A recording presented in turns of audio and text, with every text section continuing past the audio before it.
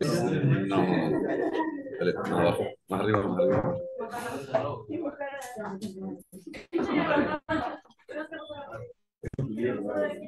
Más arriba. Ahí, es así.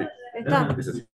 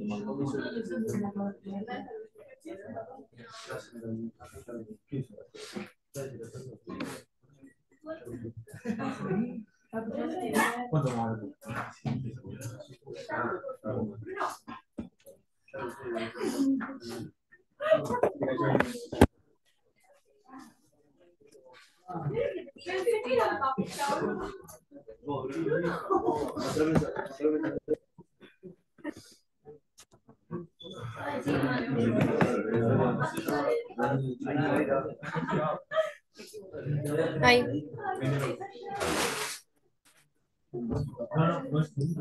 Yo más arriba. ¿Esa? Esa. Ahí. Andamos un poquito. ¿Ellos la están teniendo en pantalla, no? Sí. Bien.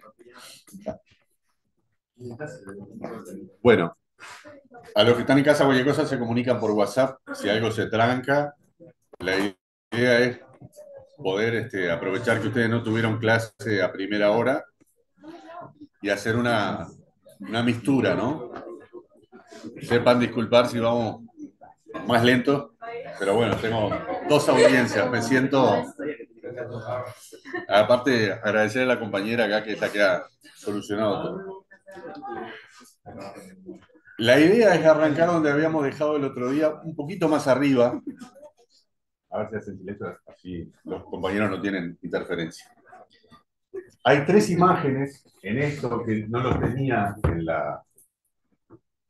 en el material que recorrimos la clase pasada, que explica bien lo que es piso de boca, músculos de la faringe, para terminar de entender esos conceptos, sobre todo el de esfínter esofágico superior, que... Bien, Pero está la gracias. sala abierta.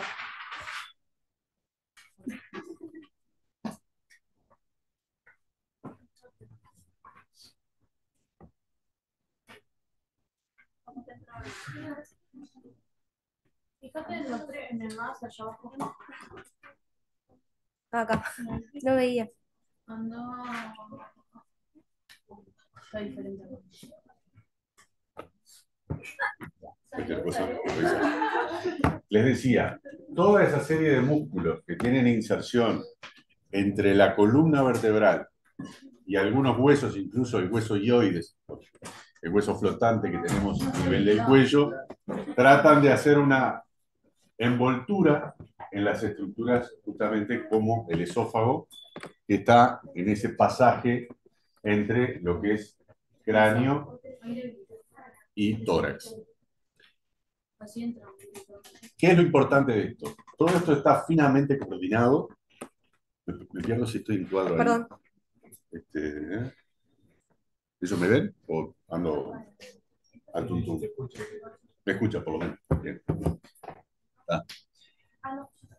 Les decía, esas estructuras funcionan por derecha e izquierda con los estímulos nerviosos del sistema nervioso central. Son todos músculos que están gobernados involuntariamente, por supuesto, en algunos casos involuntariamente otros. ¿tá? Pero todos en el sistema nervioso autónomo tienen su señal de movimiento para ser coordinado, básicamente el movimiento de la deglución. A lo que habíamos explicado, que era el movimiento de la lengua se aplica contra el paladar en el momento de iniciar la deglución, en esa primera fase voluntaria todavía, cuando decidimos mandar. Ese momento es un momento que todavía podemos llegar a frenar eventualmente el momento en que decidimos deglutir. A partir de que pasa el istmo de las fauces, o sea, la arcada de donde está el velo del paladar, y ahí cae en la cavidad bucofaríngea, el bolo ya se transforma en algo automático, el mecanismo de la digestión, de la deglución.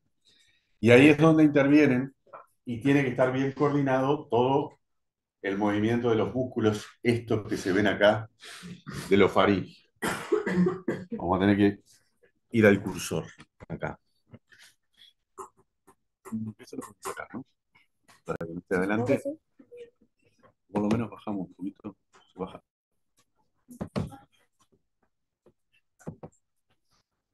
Bien. Estos músculos que se ven acá, de piso de boca, más allá de los nombres, que yo no les voy a insistir demasiado, ustedes ya pasaron por anatomía. Acá lo importante es entender los mecanismos funcionales. A su vez, todos los que están en el plano profundo del cuello y algunos que vienen desde la zona estiloides a insertarse al ioides, al hueso flotante que les decía que está en la zona del cuello, todos estos hacen un efecto constrictor de la faringe y por ende a ese ingreso en el esófago le están brindando la función de esfínter esofágico superior. ¿Qué era importante de esto? Que haya un mecanismo que sea coordinado y que no tenga deficiencia. Si empuja más de un lado que del otro, es decir, si comprime más de un lado que del otro, y seguimos a la siguiente figura. Secretaria. Perdón. Ah, bien, muy bien. Perfecto. Perdón. Puede darse, como lo van a ver, tanto las que hagan enfermería como las que hagan en imagenología, estarán viendo pacientes que les mandan para determinar si hay ciertas descoordinaciones en este nivel, pacientes con alto riesgo de aspiración bronquial a punto de partida, que lo que van a tragar se puede escapar por alguno de los laterales si esta constricción no se hace acorde a lo que esperamos, ¿no? Que sea paralela, de derecha a izquierda, como que ese embudo conduce las cosas con cierta coherencia. Donde haya deficiencias, y eso lo vemos en enfermedades como por ejemplo la ELA, la esclerosis lateral amiotrófica, algunos pacientes vasculares que han tenido infartos cerebrales o directamente debilitamientos de la parte muscular como miositis o enfermedades degenerativas de la placa neuromuscular, va a dar alteraciones en esto. Y tanto en la respiración, en la fuerza de los mecanismos respiratorios, como en la posibilidad de deglutir adecuadamente, vamos a tener una serie de patologías que nos comprometen, nada menos que la función respiratoria y ya el primer tiempo de la función digestiva. ¿Ah? O sea que hay enfermedades neurológicas que están deteriorando a veces estas cosas que son tan vitales y tan simples para nosotros. ¿Ah? Si seguimos bajando, seguimos teniendo fotos de que esta zona, y lo que les quiero demostrar es una zona de mucha encrucijada de músculos que están justamente actuando en su contracción, tanto por derecha como por izquierda, en esa normofunción que tiene que tener el acto de deglutir. Si algo de esto se complica, podemos llegar a tener derivaciones, por supuesto que nefastas, ¿no? En personas mayores, lo de la aspiración, en personas que a veces tienen aún no tan mayores, enfermedades neurológicas degenerativas o congénitas incluso, por eso el momento de la alimentación es un momento tan vital para que dispongamos de los nutrientes como vital para no hacer una macana en el hecho de apurarse. Muchas veces el tener que dar una pastilla porque se nos va la hora y el paciente está medio somnoliento. A veces hay situaciones en las que uno ve que hay una mala praxis, a veces por parte de la familia o a veces por parte del personal mismo que se tiene que encargar de resolver las cosas de otra manera. Más vale eventualmente colocar una sonda nasogástrica y resolver en esa etapa algo que nos asegure que ese pasaje no se va a hacer dificultoso. O sea, respetemos esa importancia de que es una encrucijada muscular que tiene el camino por el que sí tiene que ir, que es el esófago, y un camino por el que no queremos nunca que se nos vayan líquidos, alimentos o cualquier otra cosa, que es la vía aérea. ¿Ah? Así que acá nos detenemos como un lugar de encrucijada justamente, y acá está la última foto que sigue ilustrando la dificultad de los diferentes planos de la cantidad de músculos que hay a este nivel que tienen que estar coordinados y funcionando en conjunto. ¿Ah? Para los que sean un poquito más curiosos, es el ligamento cricotiroideo, que se lo pueden palpar ustedes entre la terminación del cartílago tiroides, o sea, la nuez de Adán, y por debajo hay otra dureza, como a unos 6-7 milímetros, que es directamente el cartílago cricoides. Dentro, ahí transcurre una membrana. Ese es el lugar en el que si en algún momento les toca hacer un salvataje, es que se puede meter el canuto de la visera porque alguien haya sufrido, yo qué sé, una picadura de un insecto que le generó un edema de glotis y no puede respirar. La glotis en este caso está por arriba, ¿verdad? Esa es la imagen que vimos el otro día de ingreso. Estaba acá, ¿verdad? Esta. Sí. Esa es la zona que se inflama y si nosotros entramos por debajo del cartílago tiroides y por encima del cartílago cricoides, en esa lámina cricotiroidea, ahí es que realmente enseguida pasando esa lámina estamos en la vía aérea.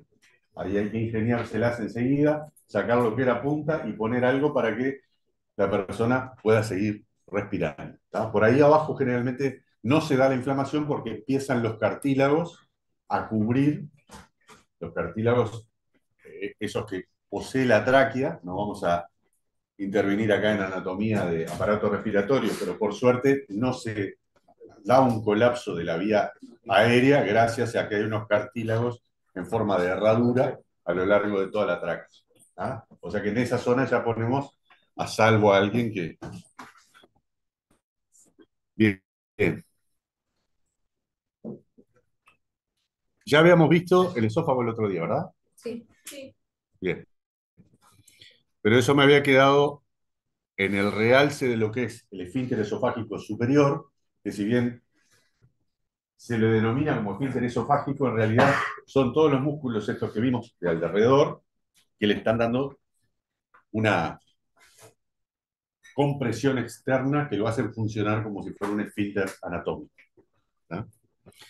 Y el esfínter esofágico inferior sí tiene características de esfínter, porque tiene un reforzamiento de la mucosa a ese nivel, tiene a su vez una pared muscular que ya empieza a tener las transformaciones, igual que el epitelio, de ser el pasaje hacia el órgano más musculoso que tiene el tubo digestivo, que es el estómago, ¿tá? Amén de que también en el esfínter esofágico inferior tenemos todo lo muscular que es la estructura del diafragma, ¿tá? Que ahí otra vez, extrínsecamente, viene a dar una compresión que sirve de límite en una zona de presiones muy diferentes, como habíamos dicho, cavidad torácica, presión negativa, cavidad abdominal, presión positiva.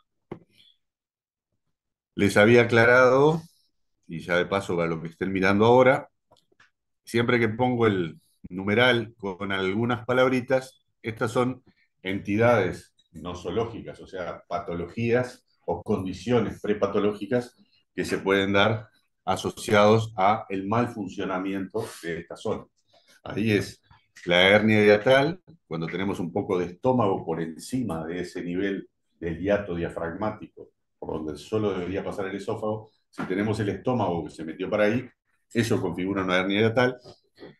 Esta sigla ERGE significa enfermedad por reflujo gastroesofágico. Lo buscan si quieren, si tienen curiosidad. Es todo el capítulo de situaciones, ya sea de daño de la mucosa del esófago por el reflujo, o a veces, aunque no haya daño ahí, tenemos hasta fenómenos de disfonía matinal, tos crónica, crisis asmatiformes, en definitiva, todo un gran capítulo. La regurgitación, que es el pasaje de contenido gástrico, que puede llegar incluso hasta boca, ¿verdad? En pacientes que tienen una hernia hiatal grande o directamente esta zona no está teniendo la coaptación que debería tener. Y el esófago de Barrett es una condición incluso premaligna de transformación de la mucosa por recibir ese epitelio, el epitelio del esófago, que no está preparado para trabajar en un medio tan ácido, se va lastimando, se van generando unas lengüetas de irritación con transformación de la mucosa de un epitelio escamoso a una metaplasia intestinal, como que el epitelio muta hacia poder resistir un ácido que no debe estar pasando por allí, pero en esa transformación también algunas células se pueden derivar en algunas de tipo maligno, ¿tá? En ese alto crecimiento y alto recambio que va a imponer la agresión ácida, vamos a estar entonces lastimándolo crónicamente y predisponiendo a que pueda haber una enfermedad maligna desde allí, que es tan importante controlar a los pacientes con reflujo para evitar este tipo de complicaciones. Ya habíamos visto las características del epitelio. Para las compañeras que empezaron hoy, ahí identificamos las 4 capas. Por ejemplo, un epitelio, en este caso el del esófago, como decíamos, con la submucosa por abajo y las 2 capas musculares, una circular y la otra horizontal, o longitudinal, mejor dicho, y una adventicia por afuera. En el tubo digestivo siempre vamos a encontrar mucosa, submucosa, muscular y serosa. Y eso varía de características en cada lugar y es un poco la gracia de ir órgano a órgano identificando cómo son cada una de estas estructuras a lo largo de todo el tubo. Y así es que entramos en el estómago. Yo creo que el estómago debe ser el más difícil de entender de los órganos del tubo digestivo, porque tiene complejidad en sus capas, en todos los aspectos, mucho más que en los otros sectores, ¿sí? Inclusive el intestino delgado puede ser el segundo en la lista. Pero acá tenemos un epitelio que va a tener características especiales en la celularidad, porque tiene funciones, en algunos casos de secreción de moco, en otros de secreción de ácido clorhídrico, en otros de secreción de enzimas, y aún otros tipos de células que son las que informan de qué es lo que está llegando al contenido gástrico y a su vez esas dispuestas como al revés, si se entiende la idea, en el epitelio, van a, en vez de informar hacia la luz del órgano, van a informar hacia la sangre de esas características de lo que está llegando para después, vía neurológica y por supuesto autonómica, estar corrigiendo si precisamos más o menos ácido, más o menos enzimas, más o menos motilidad. Entonces, ese interjuego lo van a hacer estas células del sistema entero endocrino, o sea que son de transmitir ciertas hormonas a la circulación para que haya la regulación para seguir correctamente el proceso digestivo. Bien, no, todavía no, porque falta hablar de las zonas del estómago y la longitud. Habíamos dicho que más o menos el esófago tenía 25 centímetros. El estómago también tiene unos 25 centímetros. Ahí relacionan una medida que es parecida. Sin embargo, lo lineal del esófago contrasta con lo curvo del estómago. ¿Ah? Esa forma de J que tiene el estómago, que además es como una bolsa que puede tener sus paredes coaptando en el caso de que está en vacuidad, cuando está vacío, y que puede llegar a tener un contenido importantísimo de 2, 3 litros adentro, ¿ah? Y si lo traducimos a kilos, depende de all inclusive que fuimos, ¿no? Pero todos sabemos que le podemos meter a esa bolsa que aguanta camiones, ¿ah? Pero esos 25 centímetros están divididos en 3 porciones claramente definidas. Vamos a agarrar un dibujito, que aquí no hay vuelta. Los compañeros, capaz que una vez se le pasan una fotito de lo que yo dibuje.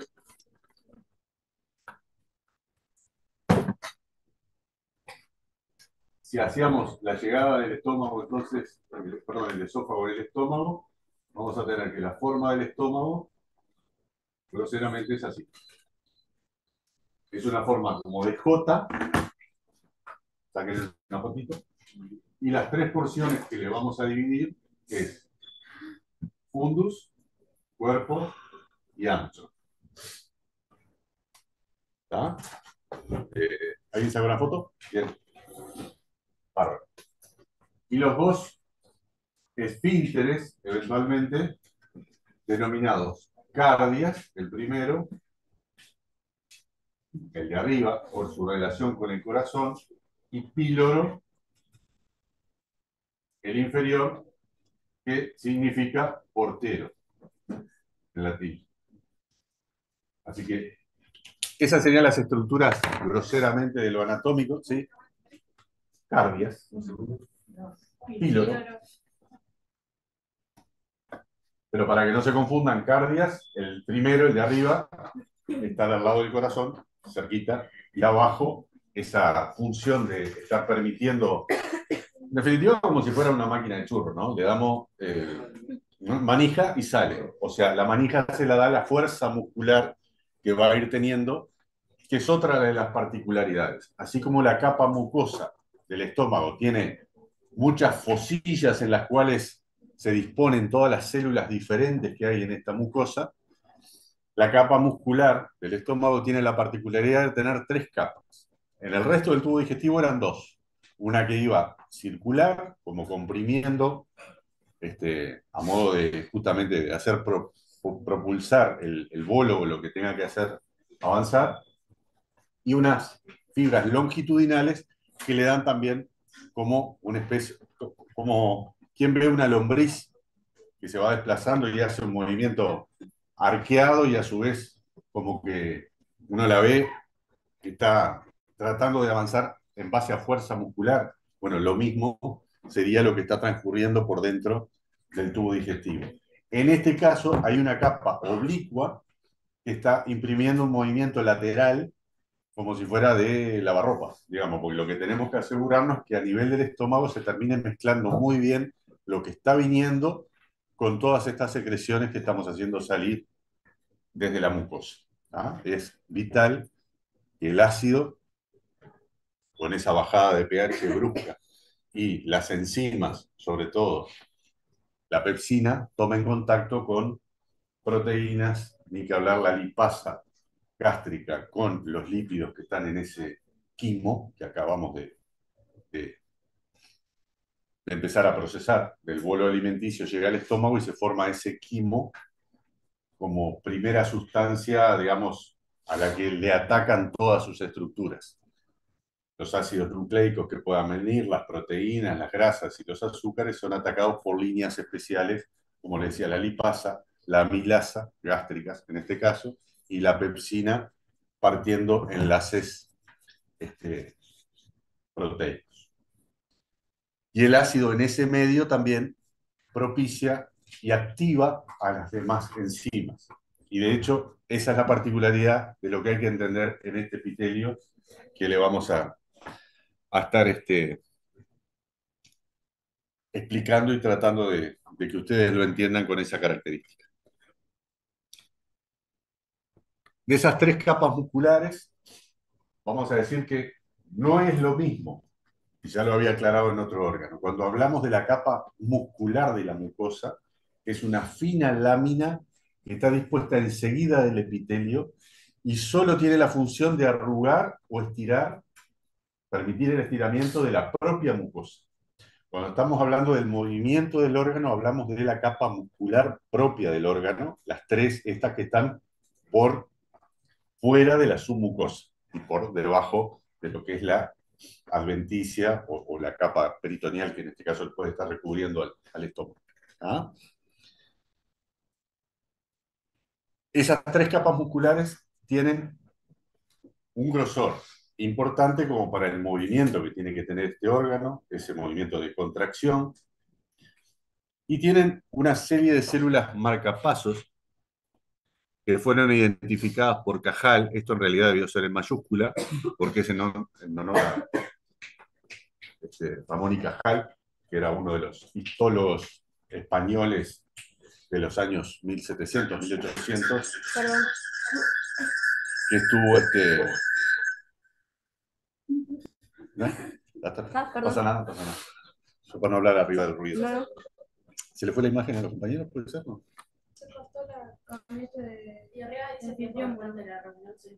Sí, por eso tengo que hacer de vuelta una reunión. Bueno, todavía me escuchan. ¿Sí? Sí. Bien. Pero no ven el Transición. Y la diferencia ¿Este tiene cosa para niños? presión. Tiene tranca para niños. Diferencia de presión negativa con respecto al exterior incluso. Y abdomen con presión positiva. Entonces ahí tenés una zona de encrucijada que hace que esto siempre esté apretado. Salvo que haya salido hacia arriba, como pasa a veces, lo que llamaríamos ya hernia hiatal. Se nos mete el estómago para arriba. Entonces perdemos una cantidad de estos elementos. El estómago ya forma parte, se va borrando ese ángulo de His, ¿ah? Y en esta condición no coapta lo que tiene que coaptar. Por eso ahí habría una hernia tal, ponele, según lo que pase de estómago para arriba, de 1, 2, 3, 4 centímetros, hasta puede estar el esófago, el estómago, parte de lo que es prácticamente.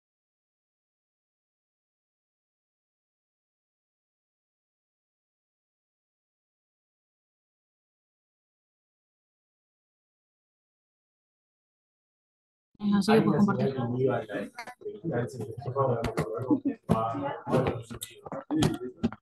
Hay que no iba a la peristalsis del esófago, como si el esófago se contrae cuando algo está saliendo, sería.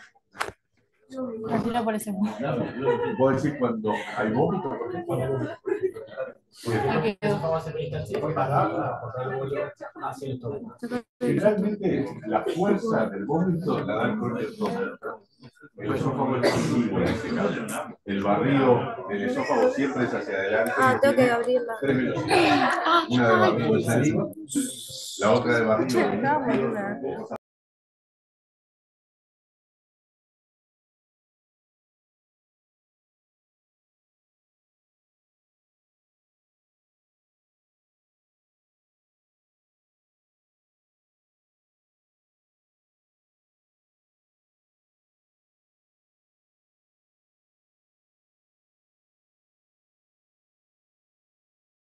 Vamos al habla de vuelta. Bueno, perfecto. Acá me hicieron una pregunta interesante. ¿Qué pasa a veces cuando hay vómitos, por ejemplo?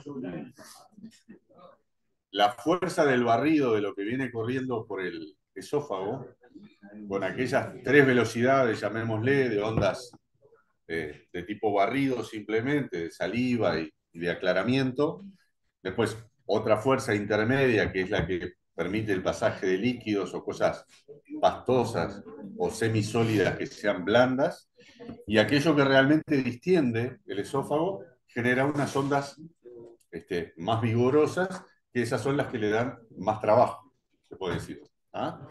O sea que en definitiva, cuando hay una función normal del esófago, viene bajando todo en un ámbito según lo que le demos de estímulo. Y ahí pueden observar cómo nosotros somos los que siempre estamos con un trago y comiendo, pero en definitiva la mayoría de los animales, habíamos dicho, creo que con ustedes había tocado el tema también, todos tratan de comer o tomar. como una sabiduría innata, ¿no? De estar justamente aprovechando que ese barrido o esa fuerza contráctil se da con diferentes características si el alimento es líquido o es sólido, ¿no? Cuando hay una intención del estómago con su fuerza contráctil de mandar todo en sentido contrario, la fuerza que le haga el esófago no importa. O sea que el esfuerzo del vómito es enteramente un esfuerzo que lo da la capacidad muscular del estómago de mandar todo a contracorriente. Ahí el esófago prácticamente que no le da resistencia. ¿Ah? De hecho, hay algunos fenómenos en que el esófago pueda tener cierta necesidad de correr hacia adelante porque le está quemando algo y el estómago sigue vomitando, y a veces se dan en esos esfuerzos de vómitos con mucha arcada, se raja la parte inferior del esófago, tanto la parte muscular, eso puede ser un desgarro, o simplemente la mucosa, en lo que se llama síndrome de Mallory-Weiss. Son 1 o 2 episodios de vómitos con vetas de sangre que, por supuesto, que ayudan mucho, asustan mucho y hacen que uno vaya a la consulta, pero generalmente no reviste gravedad porque es un fenómeno autolimitado. En la medida que todo se tranquiliza, los propios pliegues van ayudando a cicatrizar. Por supuesto que hay que medicar a los pacientes para que no vuelvan más a vomitar, dejar eso en reposo absoluto, tomar solamente líquidos fríos, helados, lo que fuera, y generalmente pasa en unas horas, ¿no? Pero eso se da normalmente. Hablábamos que esas células intersticiales de Cajal son el punto donde hay como disparadores de señales para la diferente intensidad de movimiento gástrico, en este caso. Nos paramos entonces en cómo se mueve el estómago. Acá hay, desde el momento que escuchamos o vemos un alimento o olemos un alimento, ya ustedes sienten ciertos ruidos que son propiciados tanto en el estómago como en el intestino, movimientos peristálticos como de preparación de ir haciendo lugar porque algo vamos a estar incorporando, ¿no? Pero esos serían también unos muy leves y como de precalentamiento de toda esta musculatura que recién, cuando se sienta que le está llegando determinada cantidad de alimento, ahí van a empezar a tener los movimientos más vigorosos para el mezclado y poder hacer salir por el píloro, justamente a través de las contracciones del antro gástrico, que son las más vigorosas, pero siempre a punto de partida de estímulos que se van dando en esas células intersticiales de Cajal que están en el fundus gástrico. Esto es lo que también está regulado desde el punto de vista central. ¿Tá? Todo esto automático, desde el hipotálamo, regulando a través de la secretina, la gastrina, la motilina, que son todas esas hormonas que salen desde la pared de los diferentes niveles del estómago o del tubo digestivo para ir informando que de acuerdo a lo que venimos tragando y tratando de procesar, el movimiento o las secreciones se tienen que dar en más o en menos. ¿Entendimos acá?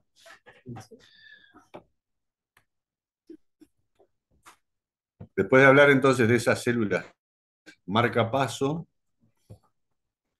nos vamos ahí a una imagen. La de la izquierda sería una imagen justamente de la salida del antro gástrico pasando por el píloro y está dibujado el primer sector del esófago, hasta les diría con una úlcera, eso blanco que se ve en la zona del bulbo duodenal, y después la segunda porción y la tercera del duodeno cuando ya empieza a transformarse en yeyuno y en ilio.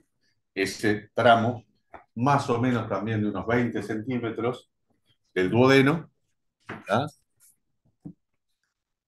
Es justamente donde si el ácido empieza a salir sin la suficiente protección de moco en la zona duodenal, si no fuera posible de regular esa acidez y esa velocidad de salida, muchos más de nosotros sufriríamos de úlceras, sobre todo duodenales, como en ese caso. ¿Ah?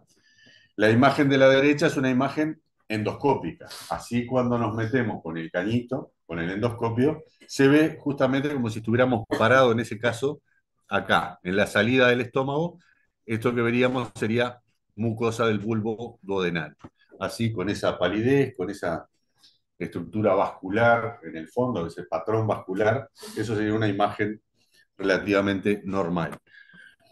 No me da acá el reflejo, pero pudiera haber algo que fuera un enrojecimiento ahí, como si fuera lo que se quiere mostrar acá, el inicio en todo caso de una úlcera o algo por el estilo, pero lo que se ve acá siempre es mucha espuma, es esa mezcla en un duodeno y un estómago de ayuno, de mezcla de jugo gástrico residual con esa tonalidad de algo que pueda venir de la zona biliar y lo tiñe como de amarillo verdoso.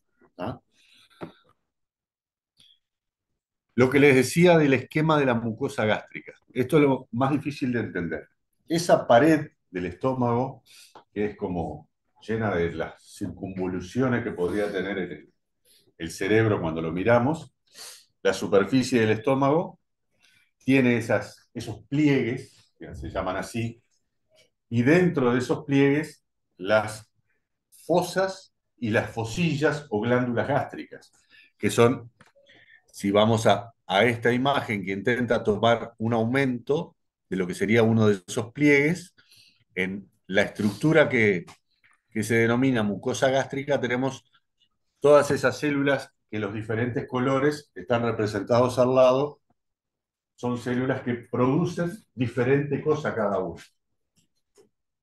Esto tiene implicancias en la funcionalidad del estómago, en la sensibilidad de que si estas capas, por ejemplo, primeras de esas glándulas, no segregan en cantidad, porque no sean tantas esas células, o porque su producción no sea la suficiente, si no segregan tanto moco, las de la parte alta de esas glándulas segregan sobre todo moco. Y eso es para que inmediatamente que termina el epitelio, la primera capa sea una capa de protección. ¿Tá? Es muy importante porque lo que voy a seguir haciendo salir, células, créanme que acá dice células mucosas del cuello, después hay un grupo de células oxínticas y células simógenas. Esos dos nombres, que son los más difíciles, son los que yo les pido que retengan. Porque la otra forma de llamarlos es células parietales y células principales. En realidad esos dos nombres no son muy felices, porque parietales, todas están en la pared. Cualquiera se podría llamar célula parietal.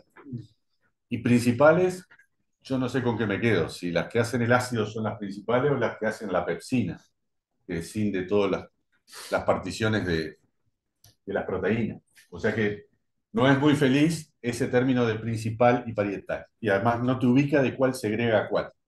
Sin embargo, si decimos células oxínticas, eso está pudiendo relacionarse, por supuesto, en la etimología de la palabra, a que es relativo al ácido. Y la simógena viene de enzimas. O sea que ya ahí sí podemos relacionar que de las células oxínticas sale los componentes del ácido clorhídrico, hidrogeniones y iones cloro, que por estas fosillas tienen que salir por separado, porque si ustedes se imaginan que salen juntos, ya estarían activos y estarían hasta pudiendo comerse la propia pared de esa fosa. La idea es que salgan separados en diferentes momentos, cosa que recién se activan cuando toman contacto con el alimento en la luz del órgano. ¿Ah? Lo mismo pasa con las células simógenas.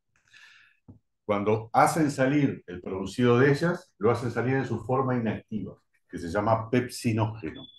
Recién el pepsinógeno, cuando entra en el medio ácido y toma contacto también con los alimentos, ahí se activa. Entonces, con una correspondiente capa mucosa, como deberíamos tener, rica en bicarbonatos y en mucopolisacáridos, ¿tá? A su vez, si eso todavía, lo que se tiene que activar, se activa en plena luz y no a lo largo de este conducto, ahí es que vamos a tener un buen equilibrio entre las fuerzas degradadoras y las fuerzas protectoras de la mucosa y no tenemos los episodios de gastritis, esofagitis, ni que hablar, o úlcera directamente, cualquiera de estos sectores. O sea, la importancia de que el moco sea la capa que reviste al epitelio, eso vale para el esófago, pero vale mucho más para el estómago. ¿Ah? Bien. Y por último, al final de esas fosas, en estas zonas tenemos a esas células enteroendocrinas, estas con un tonito verde, que son las células que tienen esa disposición que yo les digo que es como si estuvieran al revés. En vez de tirar su producido hacia la luz para que actúe sobre los alimentos, lo que lo hacen es hacia la sangre, porque están sensando lo que hay en la luz del órgano, todo lo que llega hasta acá, llega la información de si comimos algo graso, si comemos algo rico en proteínas, si tomamos solamente líquidos, si comimos lácteos, lo que fuera, y esa señal va a ir a regular de cómo es el tipo de secreción que precisamos para digerir eso y el tipo de movimiento para hacerlo avanzar a las siguientes etapas del proceso. O sea que esto cierra el circuito de quién regula entonces cuánto ácido sale o cuánta pepsina y cuánto es la cantidad que tiene que salir acorde a lo que acabamos de comer. O sea que todo esto tiene como un circuito de retroalimentación. Seguí sacando ácido, seguí sacando pepsina, seguí. Para un poquito porque ya estamos en el pH que queríamos y a su vez ya estamos pudiendo con lo que comiste. Esto sería lo ideal para nosotros, ¿no? Pero las costumbres nuestras de a veces comer más con los ojos y obligar al tubo digestivo a trabajar de más, esto es un poco la regla. Y por eso generalmente llegamos a tener algunos problemas. Si realmente comiéramos y respetáramos la saciedad de lo que nos está pidiendo el cuerpo para alimentarnos, no tendríamos ni la pandemia de obesidad que tenemos, ni todos los trastornos, muchas veces por disconductas alimentarias en cantidades y en calidades. ¿Ah? Bien, ¿vamos bien hasta acá? Bueno, vieron que de cada órgano que no parece terminamos hablando 25 minutos, media hora, ¿no? Parece que fuera muy sencillo decir, pero sobre todo la parte funcional. Tiene mucho de estos detalles de quién lo regula, cuáles son las células que ejercen la función en definitiva, y desde el punto de vista histológico, describir cada una de esas células es importante para entender a qué nivel nosotros estamos aportando la solución a eso que tenemos que digerir. La palabra quimo, que viene a ser lo que nosotros formamos a nivel del estómago, en realidad es el vestigio de nuestros primeros tiempos y de cualquier mamífero, en definitiva. La quimosina era una de las enzimas que los lactantes tenemos y se tiene en toda la especie de mamíferos, justamente porque es el primer alimento y a partir de eso era necesario tener esa enzima, no se tiene cuando se es recién nacido ni ácido clorhídrico, como que a medida que va madurando adquirimos esta celularidad por transformación y porque lo que vamos comiendo, por eso se pauta en la pediatría que a determinada edad se le puede dar otra cosa y se le puede dar otra cosa porque el tubo digestivo a veces inmaduro precisa de determinado tiempo. Y justamente las primeras semanas está capacitado solamente para digerir la leche materna o alguna leche complementaria que se le pueda llegar a dar.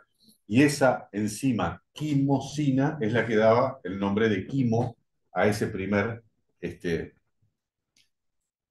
a ese segundo, digamos, volumen de materia a digerir. El primero era bolo alimenticio, directamente bolo, es saliva más lo que comimos, y ahora, que lo tenemos ya desde la época de la quimosina, ahora le llamamos quimo a lo que está en el estómago, pero ya de quimo no tenemos nada. Y de hecho, les voy aclarando, nosotros podemos seguir tomando leche toda la vida. Ahora, no termina siendo nuestro alimento fundamental. Podemos hacerlo porque es rico, una crema, un café con leche, un cortadito, pero hace mal la gente que pretende alimentarse con leche. Por eso yo ceno leche o desayuno yogur. no son de los alimentos que a nosotros, un cuerpo humano en edad adulta, tenga bien las enzimas como para digerir. Y tomemos dos problemas más. La alergia a las proteínas de la leche de vaca y los problemas con la lactosa. Es uno de los azúcares que tiene la leche y si nosotros vamos perdiendo, muchas personas refieren que toman leche y se inflaman o se llenan de gases o directamente tienen diarrea. Esos productos del tránsito se acelera porque nadie digiere eso. Se perdieron las disacaridasas, que son las enzimas que pueden llegar a digerir la lactasa y la galactosa. Entonces, eso va a seguir su curso sin ser digerido y eso fermenta, se hacen una fiesta las bacterias después en el colon y lamentablemente eso es inflamación, aceleración del tránsito o aún así diarrea. ¿Sí? Tengo una pregunta un poco rara, A ver. pero capaz que vos me sabes contestar. A ver. Que la entiendan los compañeros que están en casa es importante porque vos yo la Yo soy traje. intolerante a la lactosa. Intolerante a la lactosa. Y a mí me pasa mucho que cuando como, cuando como arroz con atún con mayonesa me hace igual de mal que cuando como lactosa. ¿Hay alguna mezcla de cosas que me pueda hacer efecto? No sé cómo explicar. O sea, supongo que la lactosa no es solo lactosa, está mezclada por varias cosas. ¿Entiendes? La lactosa es un azúcar, ¿tá? Y ese azúcar puede estar transformándose en el proceso de algo, porque cuando ustedes vean las reacciones químicas que se dan, te presto un hidrogenión, te doy, se saca por deshidratación una molécula. Muchas veces, algo de lo que era un azúcar, por ejemplo, la fructosa, puede pasar en algún momento que se esté transformando en otra cosa, que esa es la que te hace mal. ¿Ah? Eso muchas veces hay gente que come fruta cruda y se le acelera el tránsito igual. ¿Ah? Tiene que digerir las cosas, las digiere mejor si están procesadas por el calor. ¿Ah? No sé si escucharon los que están en casa, la compañera preguntaba que a veces algunas combinaciones de alimentos le daban los mismos síntomas de cuando, como es intolerante a la lactosa, se lo provocaba la leche y sus derivados. El punto de lo que uno coma lo tiene que ir identificando. Me nombraste la mayonesa. A lo mejor el espesante de la mayonesa tendrías que estar segura que no fuera algún derivado lácteo, leche en polvo o alguna otra cosa. ¿Ah? Por eso a veces de los productos hoy en día que no tengan ningún elemento que pueda descompensar a un celíaco o algún intolerante a la lactosa, lo están aclarando siempre, porque muchas veces los espesantes o los vehículos en los que ponen algo termina siendo o algo que tiene un farináceo o algo que tiene una base de lactosa, queso crema, una cosa así. ¿Ah? Pero si está segura que la mayonesa no, puede haber algún componente de los que está haciendo alguna reacción química que te provoca los mismos síntomas. Inflamación, aceleración del tránsito, disconfort. ¿Sí? Ahí habría que identificar qué componente tiene la mayonesa. Del arroz y del pescado no vamos a desconfiar. ¿Ah? Bien. Si bien el almidón es la azúcar que hay en los cereales, particularmente en el arroz. ¿Ah? Entonces, eso, cuando uno cuela un arroz, queda una agüita amarillenta, lo mismo que cuando colás la pasta. Esa agua como con harina, se puede decir, con ese contenido lechoso, puede tener algo cruzado con otras azúcares en el proceso de descomposición, que vos los proceses. Las azúcares son todas cadenas carbonadas con hidroxilos. Si alguno de esos hidroxilos en algún momento se transforma en algo parecido a la lactosa, no vas a tener las enzimas para digerir ese punto de la metabolización. ¿Qué pasó? Alguien está hablando. Capaz que es una pregunta que quiere hacer alguien desde casa. Vamos a verlo. Creo que metió por error. ¿Sí? Bien. Bueno, así que el estómago, el lugar donde está ubicado, las paredes, la celularidad, las capas musculares, ¿no? Vamos dando esas características Bajamos un poquito. Sí. Acá es donde explica con palabras eso que decíamos de la histología. Las 4 capas, las glándulas gástricas, las células del cuello, básicamente productoras de moco y bicarbonato, y las células simógenas y oxínticas. Prefiero que se acostumbren a llamarlas así. También las células oxínticas producen otra proteína, en realidad, que es una vitamina, la vitamina B12, una de las vitaminas integrantes del complejo B, B1, B6 y B12 hacen lo que se llama B19. La B19 no existe, pero esas 3 son las que más nos completan para que tengamos buen sistema neurológico, buen sistema hematológico y también nuestra piel y nuestras faneras, uñas, pelo, no se fijen en el mío porque marché por otras causas, pero son otras hormonas ahí. El problema es justamente de que esa vitamina B12 es absorbida solo si existe una proteína, justamente que se llama factor intrínseco, que sale de estas células oxínticas. ¿Ah?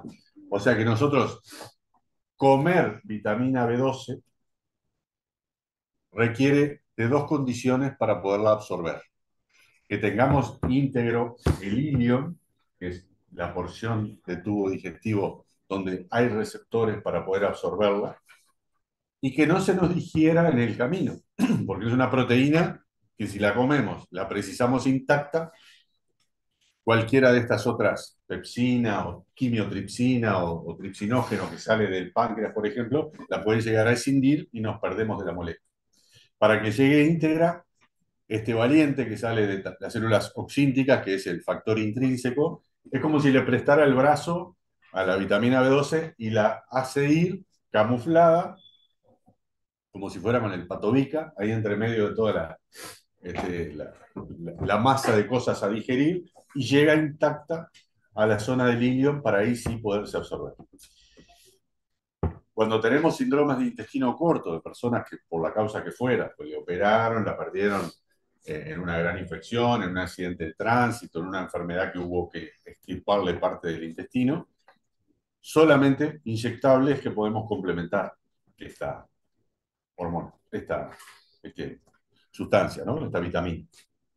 En realidad la vitamina B12 está en todos los alimentos, pero también sufren aquellos que son estrictamente vegetarianos, porque como nosotros no tenemos todas las enzimas para digerir los vegetales, en realidad solo los marchitamos, nos sirve como fibra, y a nivel del colon algo sí la flora, la microbiota intestinal puede llegar a interactuar y obtener algunos restos que nos sirvan, ¿sí? Por eso digo, no está en los vegetales, está en la carne, está en el huevo, por eso... Hace un año no vitamina B2 y no me sirve vitamina B2, pero bueno, pero ¿qué puede pasar? ¿Te hicieron estudio del estómago? ¿Te hicieron estudio del estómago? Lo que hay que buscarte es si no tenés un déficit de factor intrínseco. No sé,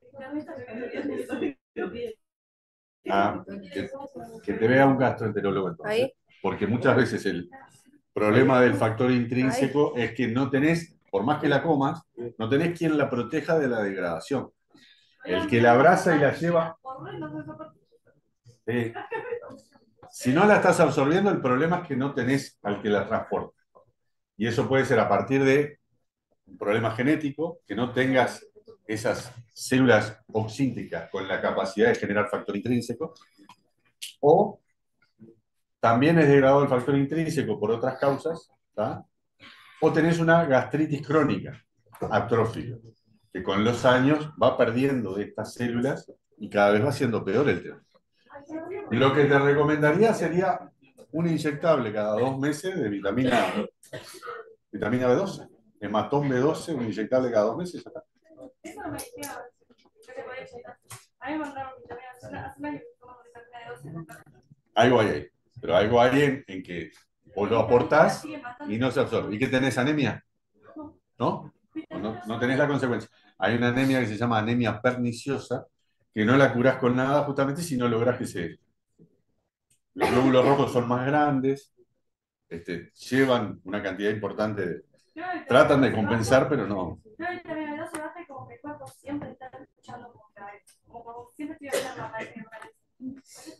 Está bien, pero me parece que te tiene que ver, a lo mejor, especialista específicamente en tubo digestivo, ¿no? En gastroenterólogo, tal vez. ¿Se va a cortar en 10 minutos? Sí. ¿Y qué tenemos, un recreo? Sí. Bien. Oh, terminamos a ver con el estómago y nos paramos en puertas del intestino. ¿Bajo? Bajamos. ¿Qué estamos mirando ahí? Bueno, para que vean, el epitelio que veíamos hace un rato, que era el del esófago, era un epitelio plano, poco importante. Acá, eso que es violeta, está siendo un epitelio con una celularidad mucho más intensa, células altas. Si le damos, como para tener un aumento, veríamos que son células cilíndricas, ¿tá? No son células planas. Y la submucosa, como tiene mucho más trabajo, ¿tá? Tiene que estar alimentando una cantidad de células que tienen un alto recambio, que tienen una función no solamente de protección, como en el caso del esófago. Acá tenemos varias líneas de producción de enzimas o del ácido o de hormonas que van hacia la sangre, como habíamos dicho. A su vez, esa misma celularidad hace que la mucosa trabaje hacia el lado de los vasos sanguíneos y tenga que llevar la información justamente de qué es lo que tenemos en la luz para ver cómo se va modificando tanto la secreción como la motilidad. Por lo tanto, sin entrar en lo que es la histología que nos obligaban a nosotros en Facultad de Medicina, incluso en la parte de enfermería, de estar identificando en varios microscopios mucosa, submucosa, muscular y serosa y diferenciar lo que es estómago, de esófago, de intestino grueso, intestino delgado. Acá las nociones básicas que yo quiero transmitirles es que son diferentes por funcionalidad, por celularidad, por tinción, las capas musculares en este caso. ¿Tá? Acá estamos viendo solo la disposición de la capa circular, de la primera.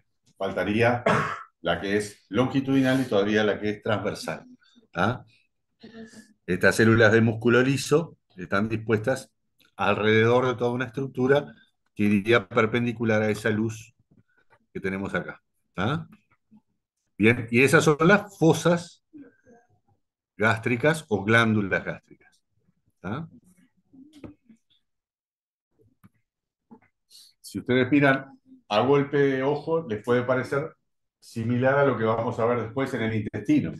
Pero las fosas del estómago son hacia adentro, las invaginaciones se dan hacia adentro del propio epitelio, y sin embargo después vamos a ver que en el intestino son evaginaciones, son vellosidades digitiformes. Entonces eso parece a simple vista, pero hay que analizar lo que es una fosa de lo que es una vellosidad. ¿Ah? Eso lo vamos a ver en las fotos que correspondan al intestino delgado. El otro tema, ahí lo dice, 1,5 litros o 2 litros de ácido por día. Ya veníamos de 1,5 litros de saliva también. En el esófago no generábamos demasiado líquido. En el estómago, 1,5 litros. Ya les adelanto que también de bilis y jugo pancreático va a ser una cantidad similar. Y a nivel del intestino tenemos algunos péptidos y algunas secreciones que hacen que a lo largo del tubo digestivo, independientemente del líquido que nosotros tomemos, con el mate, con las comidas o las bebidas que vayamos poniendo a lo largo del día, ya tenemos unos 7 litros prácticamente asegurados de lo que va a circular de nuestras propias secreciones. ¿Ah? Y todo eso se reabsorbe Pues ustedes más o menos guardan una relación de que el balance hídrico va a estar entre lo que toman y lo que orinan más o menos empatado. O sea, en realidad nuestras propias secreciones, por suerte, y salvo patologías de malabsorción o de algún problema secretor, como puede pasar en alguna infección, una diarrea o algo, no perdemos esos volúmenes que nosotros manejamos internamente todos los días. 1,5 litros de saliva, 1,5 litros de ácido gástrico, 1,5 litros de secreciones pancreáticas y biliares. ¿Tá? No olviden de eso porque nosotros, esto de la digestión, la hacen parecido quienes toman líquido a quienes no toman líquido gracias a esto. La pasan mejor, por supuesto, los que, teniendo tendencia al tránsito lento, se hidratan mejor, porque eso ayuda a que la absorción no sea tan drástica que deje después la materia demasiado seca, ¿no? Bien. Esas propias secreciones son reguladas por estas células que yo les decía, de las células G, por ejemplo, de gastrina, que están lanzando a la sangre esta propia hormona que va a informar de cómo está el trabajo del estómago al sistema nervioso central, y de ahí vienen las órdenes de cómo corregir secreciones y motilidad. ¿Ah? Las últimas dos cositas antes que se nos corte el zoom. En la digestión, siempre que hablamos de digestión, hablamos químicamente de una cosa relativamente fácil. Escisión de moléculas de agua, es decir, hidrólisis. De cualquier sustancia que nosotros hayamos digerido, casi todo lo que particionamos hace salir elementos que son relativamente fáciles. Uno de los más fáciles, el agua. H2O para el costado, H2O, y eso se absorbe.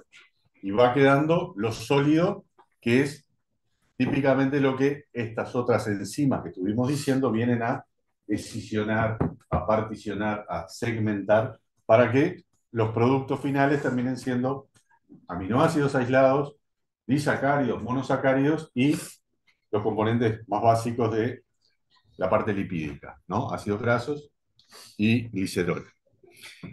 Pero de la digestión debemos definir que hay dos procesos bien claros. Lo que es mecánico, desde la masticación hasta todo el movimiento que le imprimen estas musculaturas que les decía de los diferentes niveles, el avance peristáltico, el mezclado del quimo, eso le llamamos mecánico porque es a fuerza de movimientos. Y está la digestión propiamente química, que es a raíz de estas sustancias que salen a la luz desde la mucosa y son las que van atacando los diferentes enlaces químicos que tiene la materia que acabamos de ingerir, los alimentos que acabamos de ingerir. Todo esto tiene modificaciones. Con esto de la retroalimentación de lo hormonal, secreto menos, secreto más, muevo más rápido, menos, tiene que ver con nuestros estados naturales de estrés o de apuros en general, ansiedades, mala masticación, comer cualquier cosa, comidas que en una de esas tienen un alto contenido calórico, pero un mal contenido del equilibrio de los nutrientes, ¿no? Menos proteínas o más grasas. A veces lo que se invierte justamente es esa proporción de cómo debe ser la pirámide alimentaria de carbohidratos, proteínas y algunas grasas que sean de calidad, como hoy en día se preconiza los ácidos grasos poliinsaturados, aceite de oliva, pescado, nueces, en fin, una cantidad de alimentos que sí son grasas buenas, evitando las otras de mantecas, aceites fritos, en definitiva, cosas que sean desnaturalizadas y cuando las vamos a absorber perdieron su potencial alimentario per se y están como calorías difíciles después de poder utilizar, sobre todo si llevamos una vida sedentaria. ¿Ah? La parte alimentaria tiene justamente todas esas características. Así que de los movimientos, ese efecto mecánico, y de la acción química de las diferentes sustancias que estuvimos viendo, la acción química justamente de la digestión, dividiendo esas dos etapas.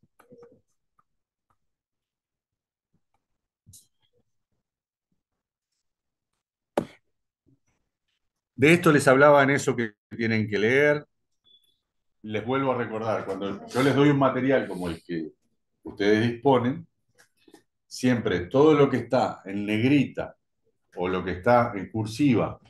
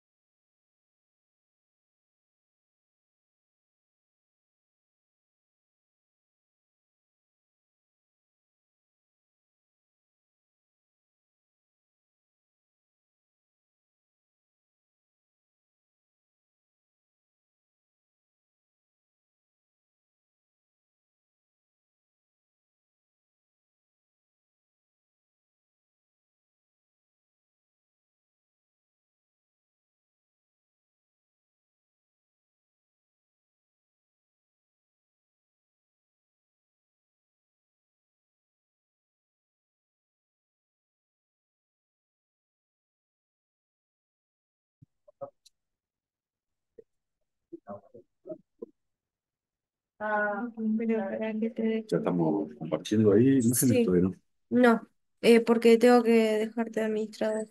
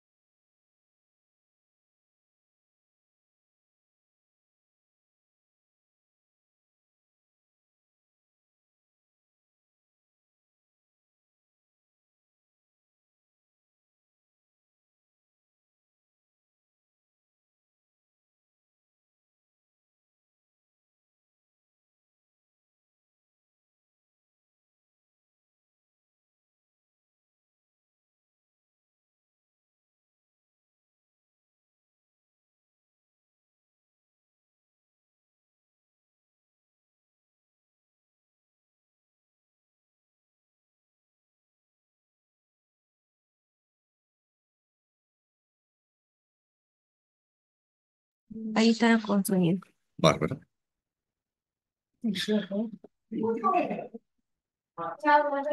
Gracias, nos vemos, chao.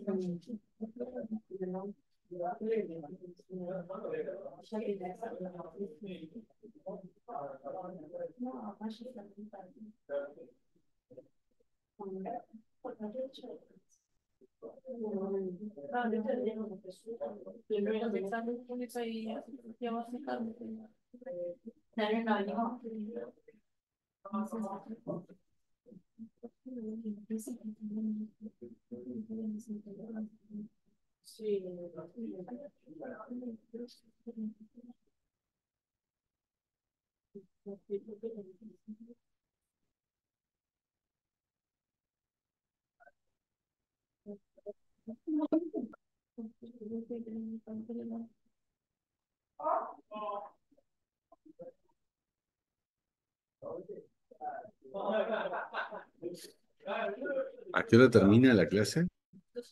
12:45. O sea que nos da tiempo a hacer un resumencito. ¿No? Bien.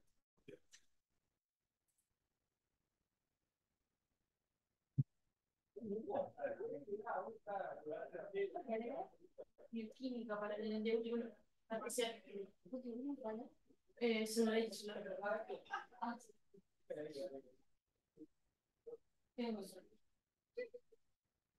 No voy a llevar a la comunidad.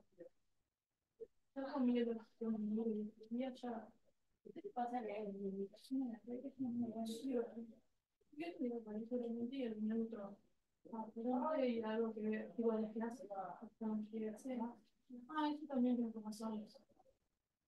Hay un link que lo paso, que ahí es donde subimos todas las cosas. ¿Qué otra virtual tienen? Parecido. ¿Qué otra virtual? ¿Qué es la miércoles de 18? Sí, miércoles y jueves. Tengo que volver a trabajar. No, los viernes hasta el 4 de octubre. Hasta el 4 de octubre. El 4 de octubre ya mi clase y es por su interés. Porque justo la semana es.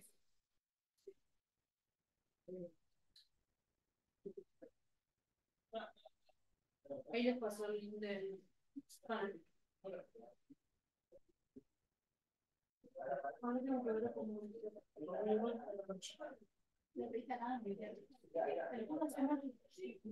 Una semana. Bueno, el miércoles. No me dan de nuevo.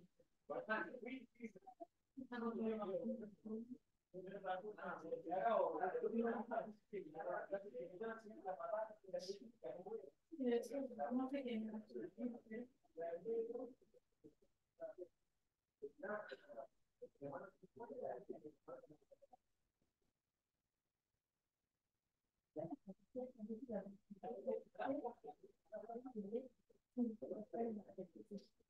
No, no puedes.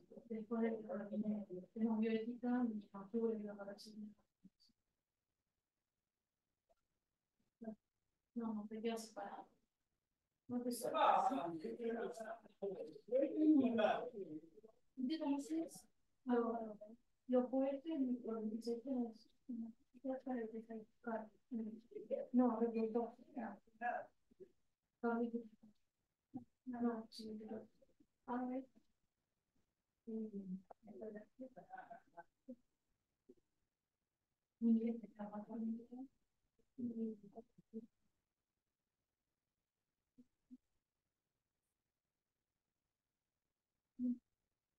¿Qué clase tuvieron antes? Metodología científica con gran. Bien. Sí, la autora Sí. Silvia.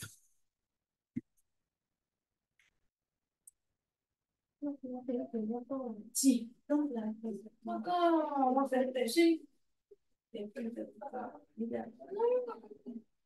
que cuando salí están los autos. Bueno, como a derecha enseguida de este lado están las motos. Bueno, si no también al costadito de la entrada también hay lugar para estar. Profe, nada que ver. En esta clase educativa hay algo que ver con los malos ácidos. En realidad, ahí tendría más que ver con esa fermentación inicial y la motilidad del estómago y a veces la coaptación que el esfínter esofágico inferior puede hacer. Trabajar con gases, el estómago trabaja con gases y de hecho cada vez que lo sentís y si le aplicás un estetoscopio ni que hablar, pero ya vamos a hablar de eso ahora, de que los ruidos ya nosotros lo percibimos a veces cuando decís, ya, estoy con hambre, porque el estómago se empieza a mover, sobre todo porque empieza a necesitar el cuerpo, pero a la vez tiene a veces un olor, salís de acá y olés la parrillada de enfrente, ya te mata, ¿no? Entonces ahí empieza tu fase cefálica, como vamos a ver ahora, pero y se produce en demasía por fermentación o por un trabajo vigoroso desde el punto de vista mecánico y no tiene la buena coaptación, se va a traducir enseguida en. Pero lo que sale seguramente es solo lo que está en el estómago, porque tendría dos esfínteres para pasar, no hay eructación por culpa de lo intestinal. ¿Sí? Mm, mal del estómago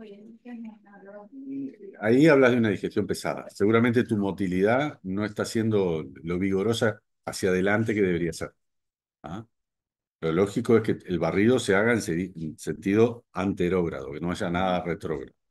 Si hay algo de gases, pues, seguramente hay un esfínter que mecánicamente no está actuando bien. ¿Ah? No es que sea de gravedad, porque puede ser con algunas comidas. De hecho, si uno toma bebida efervescente, se te induce a que vos sientas que a lo mejor a veces, controlándolo o no, hay un volumen de aire que, digo, a ver, solo a nosotros, por palatabilidad, se nos antoja ponerle gas a la comida, pero la mayoría de los animales no lo hacen. Toman agua directamente o lo que pueden, pobre, los líquidos, ¿no? Lo de tomar bebidas carbonatadas es una desviación nuestra. ¿No?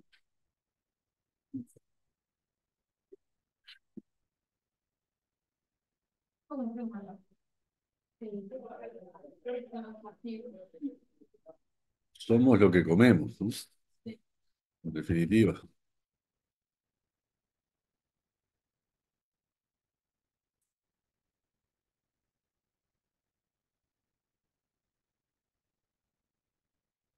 Igual que yo el trapo y si no, lo terminamos en 40 minutos.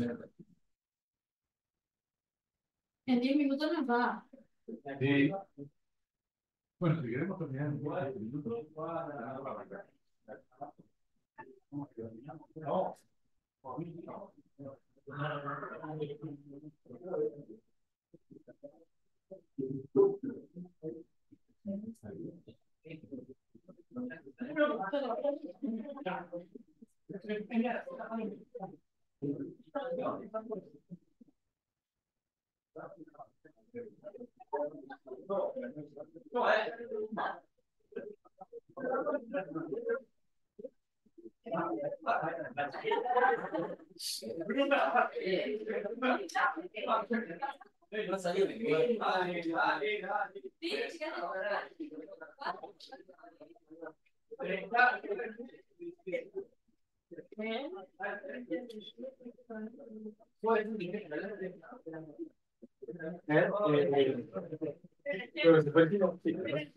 Bueno, verifiquen si los que están en casa están, que vamos a empezar.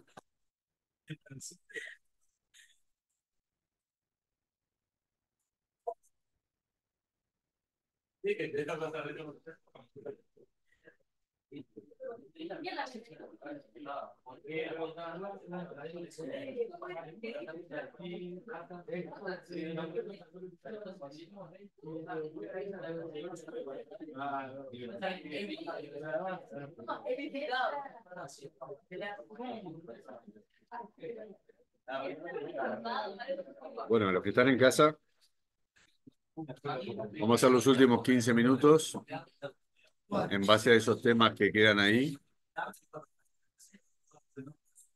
sobre todo regulación de la motilidad y la secreción gástrica, en base a una serie de reflejos, que es lo último que vamos a ver en la clase de hoy.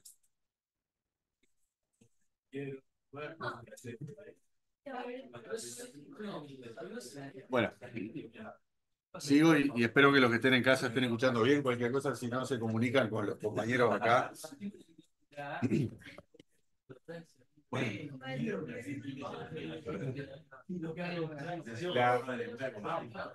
Vimos aspectos histológicos, vimos aspectos anatómicos. Lo que tenemos que describir ahora es un funcionamiento que pienso que si ustedes lo razonan, lo que les pasa a ustedes normalmente, va a ser más fácil.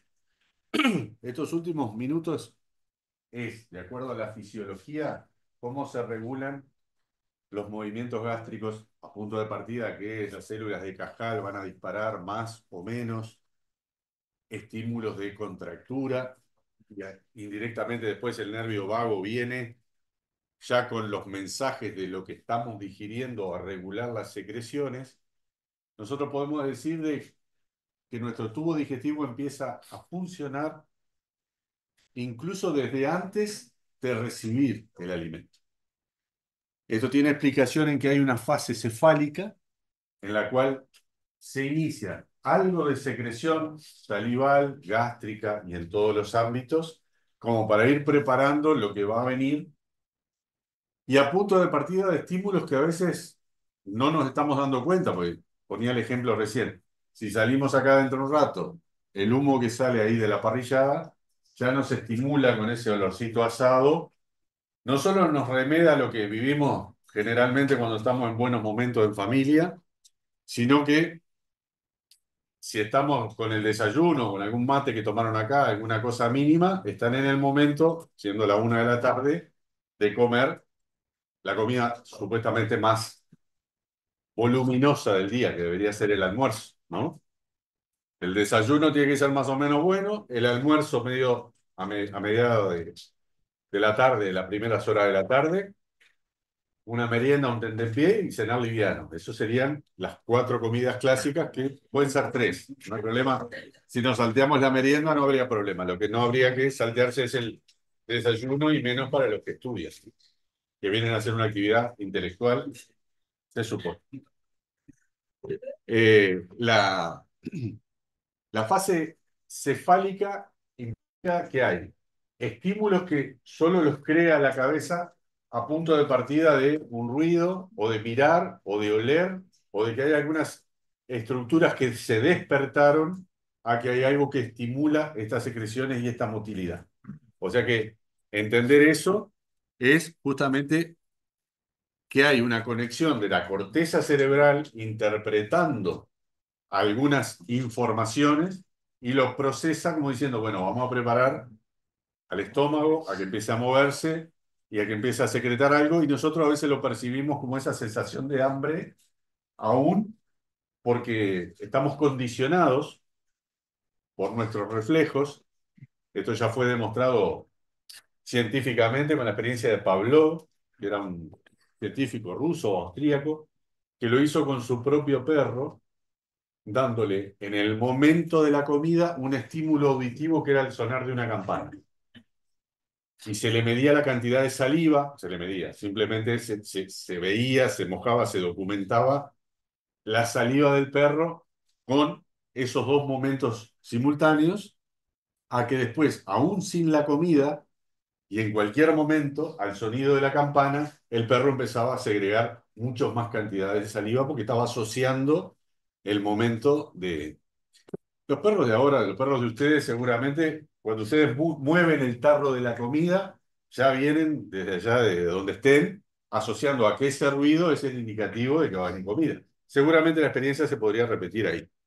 Para nosotros esto es como que ese preparativo es lógico de que si recién en el momento que la comida cayera al estómago, o que se empezara a distender el estómago, ahí el estómago empieza a trabajar, perderíamos tiempo de esa preparación. Creo que es un movimiento natural que tiene nuestro organismo de ir previendo algo para que no lo agarre en el esfuerzo máximo, no vaya increyendo en esto de los reflejos y las funciones y las secreciones y la motilidad. ¿Tá? Es como prender el auto y dejarlo calentando un poquito antes de salir, ¿no? Una buena conducta que con los autos más modernos capaz que no lo hacemos, pero sin duda, en los tiempos que yo tenía el Fusca, no había como apurarlo el Fusca para ir a facultad. ¿Qué pasa en la fase gástrica? Ahí estamos hablando de que algo cae en el estómago, distiende las paredes, o por lo menos informa a estos sensores que tenemos en las paredes, estas células que habíamos hablado que están ahí en las fosas gástricas. Entonces, la producción de moco para proteger la mucosa, porque va a salir más ácido, porque va a salir pepsina o cualquier otro de los elementos que va a estar aún de lo que comimos, que puede ser irritante. Hay gente que se toma un jugo de naranja y queda con acidez. ¿Tá? Quiere decir que a veces lo que viene de afuera por condimentos o lo que fuera, puede estar irritante. Si bien uno de los países que menos problemas gástricos y de hemorroides tiene es México. Y eso sí que condimenta.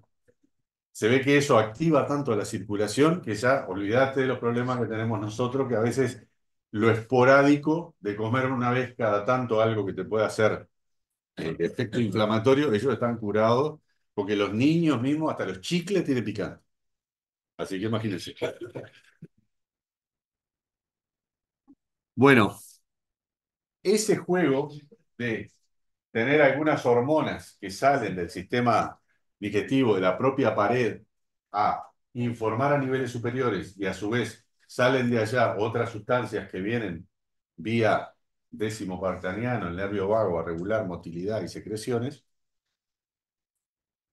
son ni más ni menos que la gastrina, la motilina, algunas sustancias ya conocidas en el resto del cuerpo como acetilcolina e histamina y también colecistoquinina, que son las que están, si uno las identifica por el nombre, secretina tiene que ver con la secreción, motilina con el movimiento, gastrina sale del estómago y vuelve a él eventualmente a regularse una vez que estableció contacto con el sistema nervioso central. Colecistoquinina, de la vesícula y referente al movimiento de esta. ¿Ah? La activación de la contracción de la vesícula, que es la que reserva la bilis, la vamos a estudiar cuando leemos el hígado. ¿Ah? Todas estas sustancias tienen esa conexión con el nivel central. Y esto es parte de la fase gástrica, ya no tanto la fase cefálica. En la medida que seguimos bajando, tenemos, esto es simplemente una foto para ir recordando lo que les había dibujado hace un rato. El esófago llegando, formando ese ángulo de His con el fundus gástrico. Se supone que en esta zona tenemos el diafragma pasando a este nivel y generando el agujero en el hiato diafragmático. La zona alta del cardias y del fundus, el cuerpo y finalmente el antro. Y esa salida, como en repecho, en el esfínter pilórico, donde entramos en la primera porción del duodeno. Curvatura menor, curvatura mayor, donde habíamos visto que se insertaban los epiplones, ¿no? Uno que unía con el hígado, epiplón menor, y el otro que iba para adelante, como un delantal, a recubrir todas las estructuras abdominales desde la curvatura mayor. Por dentro están esos pliegues y dentro de esos pliegues estaban las fositas gástricas o glándulas gástricas. Esto es una imagen cadavérica, esto es un estómago humano abierto, extraído de cualquier cadáver que se prestó a la experiencia.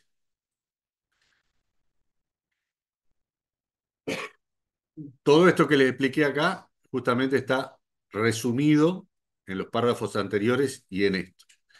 Pero en la medida que el bolo alimenticio, ahora llamado quimo, sigue bajando, tiene otros lugares donde permanentemente es como si tuviéramos peajes de cómo va el proceso de la digestión. Lo teníamos a la entrada del estómago, lo tenemos a la salida del estómago y lo tenemos ahora en estas fases siguientes.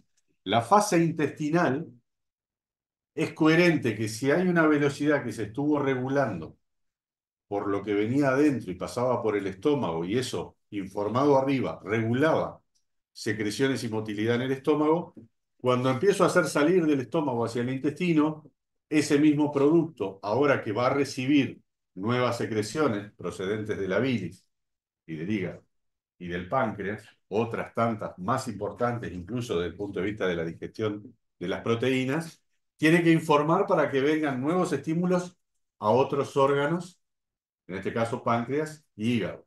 Ahí es donde lo que sube arriba vuelve a manifestar su voluntad, digamos, en la secretina y la colecistoquinina. ¿Bien? Esto tiene que ver con el contenido graso, básicamente, porque la gran digestión de las grasas le corresponde al páncreas. Entonces es el páncreas, ¿sí?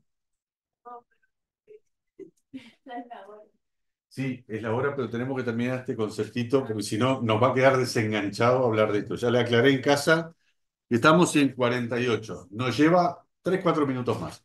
Son estos dos renglones. Algunos se tienen que ir por ómnibus o algo de eso. Aguanten esto, pues son...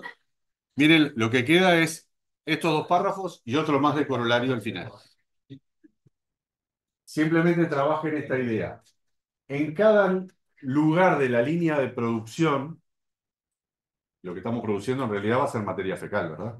Pero mientras tanto lo tenemos que absorber e intercambiar y ir conduciendo algo a diferentes velocidades para que pueda ser absorbido, pero antes de eso digerido, yo tengo que ir corrigiendo motilidad y secreción. Esos reflejos, tanto el reflejo intestinal, le va a dar el mensaje arriba a que el estómago esté largando más lento o más rápido según cómo él esté pudiendo digerir. Y lo mismo pasa con el reflejo enterogástrico, que en la medida que algo va avanzando, si va muy apurado y no lo estoy pudiendo absorber, manda a parar a que el estómago, como diciendo, larga más suave porque yo no estoy pudiendo cumplir mi función. O sea, no es que cada zona está independiente, están todas interconectadas hasta, a través de esta línea de reflejo, ¿no? Y es lo obvio de que se tiene que ir regulando algo que es una función que, si bien los diferentes órganos aportan diferentes secreciones y tienen diferentes características, tiene que cumplir una función en común. Y esto tiene aplicaciones en la clínica. Por ejemplo, el reflejo gastrocólico es importante, se activa sobre todo en la primera hora que nosotros comemos algo. Si nosotros venimos de una noche en la cual cenamos poco, nos acostamos, al otro día nos levantamos, nos fuimos a trabajar con 2 mates y prácticamente nada más. Son la 1:00 y pico de la tarde, a lo mejor alguno de ustedes lo hizo, y todavía está por ir a comer algo. Este reflejo gastrocólico, que es el que el estómago, al empezarse a mover, le ordena al intestino que vaya expulsando lo que tiene por delante. ¿Ah? O sea, a menos de que las comunicaciones son permanentemente para adelante y para atrás, para adelante y para atrás, esta es una larga comunicación que hace que la comida importante del día, que es el desayuno, permita la evacuación en la mañana. Por eso, las personas constipadas, la primera modificación de hábitos que tienen que hacer es desayunar, porque si no, este reflejo prácticamente no se manifiesta. Y lo esperamos recién para la tarde, donde a lo mejor ya la materia se secó demasiado y no estamos teniendo la posibilidad de hacerla propulsar como debiera. Estas fases de reflejo enterocólico, enterogástrico, gastrocólico, fase intestinal, reflejo a punto de vista de fase cefálica, todo esto va integrado con el concepto de fisiología del tubo digestivo. La insistencia, y acá termino, es justamente que esto es importante porque se aplica después en lo que ustedes, sobre todo los que tengan más contactos con pacientes, tienen que estar aconsejando en tanto la línea de buena función. Yo llego también hasta acá con la voz. La clase anterior y esta. La idea es entender que hay algún funcionamiento que el cuerpo lo tiene asumido como normal. Cualquier desviación de eso, tratamos de, después, lo higiénico dietético va mucho antes de lo medicamentoso, para nosotros en medicina. Y ustedes, la gente que haga enfermería, o mismo la gente que hace fisioterapia, entender algunas cosas de los momentos en los que los pacientes después van a tener que tener su mejor rendimiento para ir a hacer ejercicios después de haber hecho una correcta utilización de su sistema digestivo.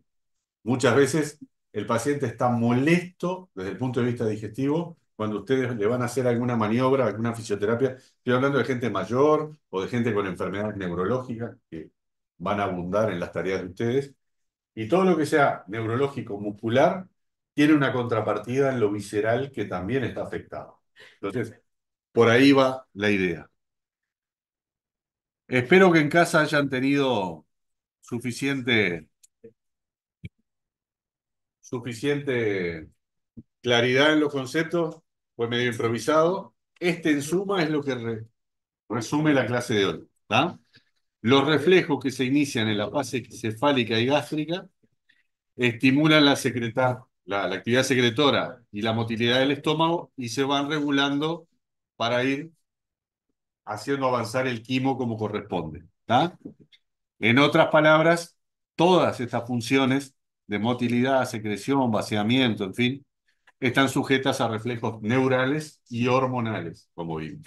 Esa es la forma en que el tubo digestivo se autorregula en cada una de estas fases que estuvimos viendo. Para la clase que viene, los dos grandes capítulos de entender cómo funcionan intestino delgado y colon. ¿Ah? Y ahí vamos a completar lo que es tubo para después ir a páncreas, hígado y algún otro detalle desde el punto de vista glandular. ¿Ah? Nos vemos, que anden bien. Chau en casa. Nos vemos.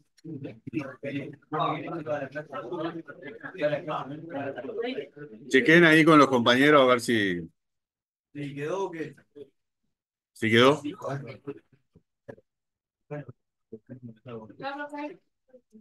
Nos vemos, buena semana, que anden bien. Arriba Peñarol. Y Nacional también. Sí. ¿Vos sos?